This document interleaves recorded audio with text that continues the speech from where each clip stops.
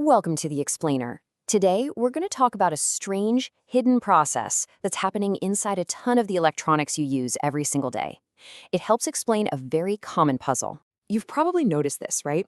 Your laptop's power adapter or some other transformer just feels warm to the touch, even when it seems like it's not really doing much.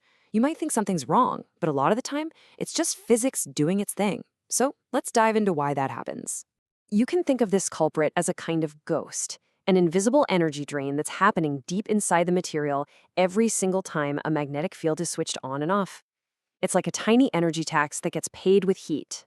To really get what's going on, we need to look at what happens when you magnetize a piece of metal, say, an iron core that's sitting inside a coil of wire. This is basically the heart of every transformer and a lot of electric motors. Think of it like this. You pump energy into that core to build up a magnetic field. But when the current reverses and that field collapses, you don't get all of your energy back. A little bit is lost in every single cycle, and it escapes as heat. This difference, this lost energy, is what we call hysteresis loss. So how in the world do you see an invisible energy loss? Well, we can actually map it out. We can visualize the whole process on a special kind of graph called a BH curve. This graph is going to be our map for this whole journey. Okay, so this chart breaks down our two main players. On the horizontal axis, we've got H, which is the magnetizing force. Just think of that as the effort we're putting in. And on the vertical axis, we have B, the flux density. That's the magnetic results we get out of the material. So it's really simple. Effort versus result. So let's start our trip with a piece of iron that's completely unmagnetized. On our map, we're right at the center, point 0, no effort in, no magnetic result out. All right, now as we start applying that force, our H, the magnetism B inside the material starts to climb. We follow this curve up and to the right. What's happening is all these tiny magnetic regions inside the iron are snapping into alignment. But this can't go on forever. Eventually, we hit a physical limit. It's called saturation. We've lined up all the magnetic bits that we can. The material is, for all intents and purposes, full of magnetism. Pushing even harder, with more H, doesn't get us any more B. We've maxed it out. Okay, but here's where it gets weird. What happens if we just take our foot off the gas? We reduce that magnetizing force H all the way back down to 0. What do you think happens on our map? I mean, logic would tell you that if you stop pushing, everything should just go back to the way it was, right? It should just slide right back down that same curve to 0. But that's not what happens. Not even close. The path doesn't retrace itself at all.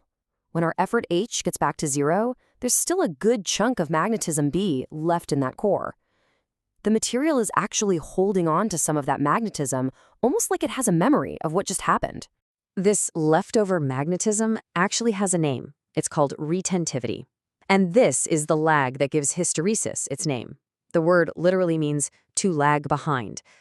The result is lagging behind the effort we're putting in. So here's the kicker. We can't just get that magnetism to go away. To bring it back to 0, we have to actively fight against that magnetic memory.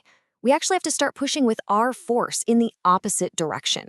And the amount of that reverse force we need to apply to finally wipe out that leftover magnetism is called coercivity.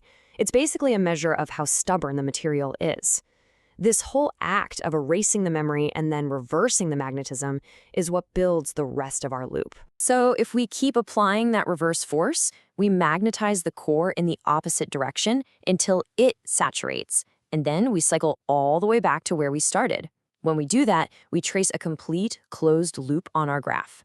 So as we push that force back and forth, from positive to negative and back again, we're not just going up and down a line, we're drawing this really distinct shape over and over again, and that is the hysteresis loop. This quote really nails the whole idea. The magnetic result, B, is always playing catch up with the effort, H. It's this constant game of lagging behind that is the absolute essence of hysteresis. The material just never quite keeps up. And here it is. The aha moment. The area inside this loop, that's not just some abstract shape on a graph. It is a direct measurement of the energy that was lost as heat in one single cycle. So, a wider, fatter loop means more energy wasted. A skinnier loop means the material is much more efficient. This is exactly why the choice of material is so critical for engineers.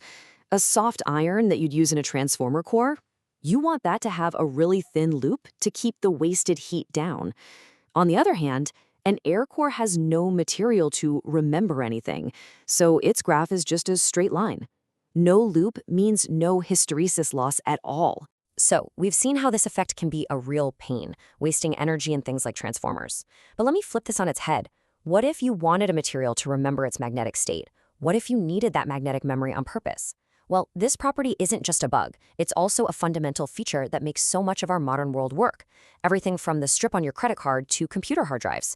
Sometimes that ghost in the machine is exactly what you need.